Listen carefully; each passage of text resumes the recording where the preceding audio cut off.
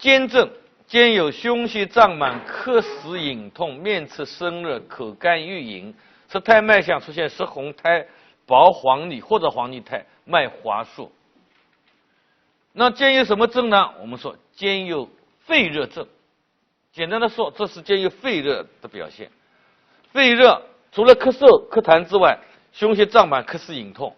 那肺热也是一种里热症，所以出现面赤生热，里热会伤津、口干欲饮。舌苔脉象也支持这一点。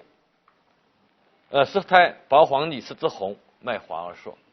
所以这样的记忆，我们大家都能够体会，兼有肺热症，能够理解，能够简单的掌握好。那么治疗的方法，清肺化痰，清热化痰疏肺。代表方子清津化痰汤，这段方子我们可能在方剂学里面也学过了，是痰热症的一个代表方。痰热郁肺、痰热运肺都可以用清津化痰汤。常用的药有桑皮、黄芩、三栀、知母、杏仁、贝母、瓜蒌、海蛤科、猪梨半夏、色甘。桑皮又叫桑柏皮，它跟有一个药是相同的，就是葶苈子。葶苈子、桑柏皮，它的主要作用是能够泄肺中的水气，泄肺中的郁热。那么从泄这个角度来说，它肯定应该有降气的作用。所以桑柏皮降气平喘化痰还是蛮不错的，而且它的味道不是很难吃。但是我在用的时候，一般想用到30克左右，效果比较好，没什么副作用。桑柏皮。黄芩这个药可以说是清肺药里面一个非常有特色、非常有效果的药物。从它的西药的药理来说，黄芩苷它有比较广谱的抗菌的作用。那么从中药来说，清肺热、化痰是非常好的。而且呢，黄芩好的黄芩叫做子芩，儿子的子芩。那么一般肺热偏盛的时候，我们都可以用黄芩。相对应的有黄芩、黄连、黄柏。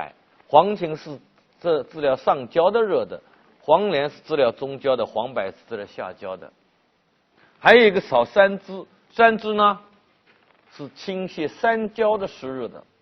三栀这个药也是，它虽然是苦寒的，但是它不是非常非常的苦燥。它还有一点润的作用。伤寒论里面有一个方子叫三栀跟豆豉配伍的，是什么方？栀枝汤。三栀跟淡豆豉配合的叫栀枝汤。我普通话讲的不太好，地方口音比较重，这是没办法的。那么是治疗什么呢？是心中烦热、心中懊恼、心烦不寐，有的时候可以用三栀和栀子这两个药栀枝汤。但是张仲景有说了，叫病人就微糖不可用栀枝汤。什么叫做就微糖？病人原来就有大便，我们可以用4个字来概括，上气就是有点喘的意思，叫做咳呛症作。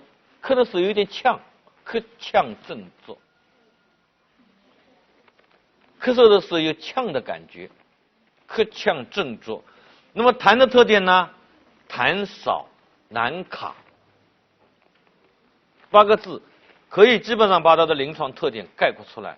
那么你可以记上气咳啮症状，那么也就是咳的时候比较呛，咳呛一阵一阵发作。肠杠痰滞咽后痰比较少，卡之难出难卡，量少之黏，也是说它的质地比较少，比较黏，那就是痰少难卡。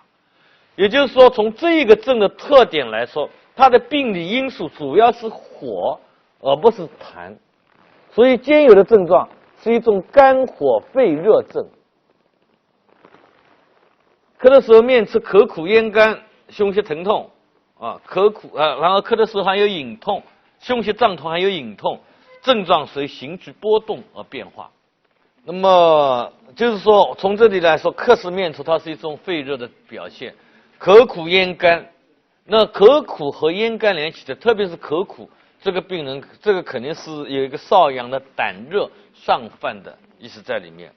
胸胁胀痛，那么是肝胆经的络脉行走在这个地方，咳的时候隐痛，所以它的主要表现兼症是一个肝火肺热症。舌苔脉象来看，舌苔薄白的，痰的因素也不高也不多，脉弦索。所以治疗的方法要清肺平肝、顺气降火。代表方子加减线白散和带个散。泻白散是什么呢？泻白散主要的药物是桑皮、地沟皮，它是清肺的。带个散是清带和海蛤蔻，它是清肝火而化痰的。所以这两个方法，这两个药物也是有所侧重。带个散治主要是在肝，那么泻白散呢，主要是治在肺。所以这两个方子配伍，治疗木火行经的咳嗽或者咳血，效果是比较好的。那么常用的药物桑白皮、地沟皮、黄芩、山栀、猪如、丹皮，这个药是药我们都给大家介绍过了。海蛤蔻它是一个软坚散结的。清代这个药物呢，是一些清肝而清热解毒的。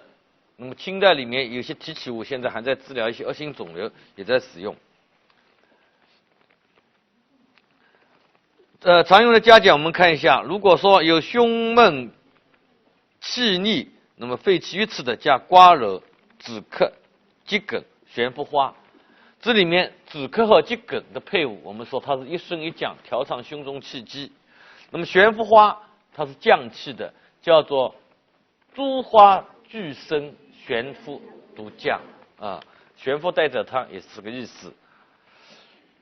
如果是胸痛的，加郁金丝瓜络；痰黏难卡的，加海浮石知母；火郁伤津咽干咳嗽日久的，加天花粉、麦冬、柯子来养阴生津。这个我们一般看看。最后一个症型，肺阴亏耗症。这个症型在我们内伤咳嗽里面也是重点症型。但是并不是说我们的痰热症、肝火症不要记，痰热症、肝火症你至少你要把它的临床表现的特征、代表方你要记住。而肺阴亏耗症和痰湿症这两个重点症型，我们要把它记得更多一点。肺阴亏耗症它的主要的临床表现、主症的特点，那我们用8个字就可以，或者9个字就可以概括了：干咳痰少，或痰中带血。干咳，咳声短促，声音嘶哑，痰少而黏，或痰中带血，那就是干咳痰少或者痰中带血。这种咳嗽往往是午后黄昏咳的比较多一点。兼有的症状，兼有阴虚内热症，口干咽燥，午后潮热，全红，手足心热，夜寐盗汗，形色神疲，湿红少苔，脉细数，兼有阴虚内热的表现。这一组阴虚内热，我们说至少第一个给一组症状来你分析，你能看得出阴虚内热。第二个说这是有阴虚内热的表现，你至少能够说出一些来。而且再联系到咳嗽、卡痰、痰中带血来说，那就是肺阴虚也要阴虚内热，或者说甚至在某种程度上有一些阴虚火旺。因为肺阴虚这样的情况稍微时间长一点，稍微再重一点，那就是肺肾阴虚，会影响到肾。治疗的方法：滋阴润肺、止咳化痰，代表方剂沙参麦冬汤来治疗。常用的药物沙参，第一个沙参我们要知道，沙参有南沙参、北沙参。南沙参是相同的作用，都有清热，有一定的养阴作用。而南沙参主要是清热化痰，兼有一些润肺养阴；北沙参主要是养阴而清热，化痰作用不明显。特别是天门冬，最近这个药从变病用药的角度来说，比较多的恶性肿瘤在用天门冬，而且要求用比较量大一点的，包括肺癌、胃癌等等都可以辅助使用。有实验研究表明，它对恶性肿瘤有一定的抑制作用。玉竹这个药养肺肾之阴，还养心阴，心阴不足的时候用玉竹用的比较多一点。百合那是养阴润肺而有一些安神作用的。天花粉、川贝母、甜杏仁我们说这个地方用杏仁要用甜杏仁，能够润肺而一些补肺，然后再加上一些止咳化痰。地沟皮，这个是清热化痰的桑皮地沟皮，我们都说过了。小青龙汤用了很多的温肺、温化痰饮的药物，那也会加一些练肺的药物，也是这个意思，防止肺气耗散太多。阴虚潮热加宫劳叶、银柴胡，青靠必加胡连、胡黄连。阴虚盗汗加乌梅、碧桃干、浮小麦。肺热凿菌加海蛤科制末黄芩。热伤血络加上丹皮三支藕芥。这是我们肺阴亏耗症的临床特征、治疗的方法和药物。但是在这个地方，我还要再讲一下肺阴亏耗症这个症型。对我们的要求来说，要及早的明确诊断，不要就是一味的就在那种辨证论治。我们曾经有看到过这样一个病人，肺阴亏耗症的咳嗽，辨证蛮好的，然后治疗了咳嗽好了，好的很明显。过了半个月又来了，再治疗又好了，再过了1个月又来了，再治疗又好了。3个月之后一查是一个肺癌。我们现在知道肺癌有中央型和周围型2个类型。中央型的肺癌现在的技术也能够做一些的，原来是不能做的，只能做周围型的。而周围型的肺癌如果早期发现切除，可以完全治愈。就是早中期或者中晚期有手术指征的治疗还是效果比较好。如果晚期肺癌一点办法都没有，苟延残喘。所以千万不能耽误病情。我们昨天跟大家讲了，如果病人有手术的机会，特别是体瘤，病人有手术的机会，一定要把手术的机会留给病人。大家可能要问了，那你为什么是肺癌的话，我给他吃药就好了呢？就好了很多呢？有一些研究表明，几乎在所有的实体瘤的周围都会有一些炎症反应，导致病人的症状会比较明显。而你用一些中药或者用一些西药也可能，用一些中医的辨证论治的方法，对消除周围的炎症可能会有比较好的作用，使它的症状减轻。但是对它的原发病没有直接的干预性的影响。所以我们千万要记住，如果这样一个病人经常咳嗽反复发作不止或者是痰中带血，那你赶快做相应的检查，至少你先拍一个 X 片，X 片上看到有什么反复发作的肺段上有炎症，或者局限性的肺不张，或者是肺的哪个地方有一个孤立的圆形病灶，赶快再做进一步检查 CT 或者支气管前镜，及早明确诊断，以免耽误病情，给病人造成很大的麻烦，最终给自己也造成不小的麻烦。所以阴虚症这样的症型，包括我们后面还要讲到的很多疾病，我自己个人体会，阴虚症这样的一个类型，它经常会有一些病情的反复发作，千万要早期明确诊断，来早期治疗。这就是我们要讲的内伤咳嗽的这么4个症型。内伤咳嗽实际上我们就体现了治在肺、在脾、在肝、在肾都有一定的意义。然后我们看一下预后转归，实际上我们前面讲过了。那么一般来说，外感咳嗽比较清浅，治疗起来比较好，但是因为燥邪和湿邪的会比较缠绵。那么内伤咳嗽呢，我们说反复发作，难以取得速效，特别是痰湿咳嗽，它可能出现这个转归。一个是出现寒化为饮，并沿其肾，表现为寒饮腹肺或者肺气虚寒的情况。那么这个我们都是要注意到的。预防护理我们就不多说了，大家自己看看。基于我们也不多讲了，那么自己作为一种复习的要求，可以看看。临证备要，我们看一下教材上面的内容。第一个要注意外感咳嗽转化的治疗，外邪反肺可以发生种种的转化，比如说风寒化热的，那你就要清了；风热化燥的要转成温润；如果是寒包火的，要温清并用，解表清理同用。这个我们在讲课的过程当中都提到过了。第二个，内伤咳嗽邪实正虚的要兼顾处理。比如说气或咳嗽容易损伤肺的阴经，要配清养滋品；痰湿咳嗽容易伤肺气，要配一些健脾助运的方法。这些都是有一些治胃病的意思。第三个，注意整体治疗。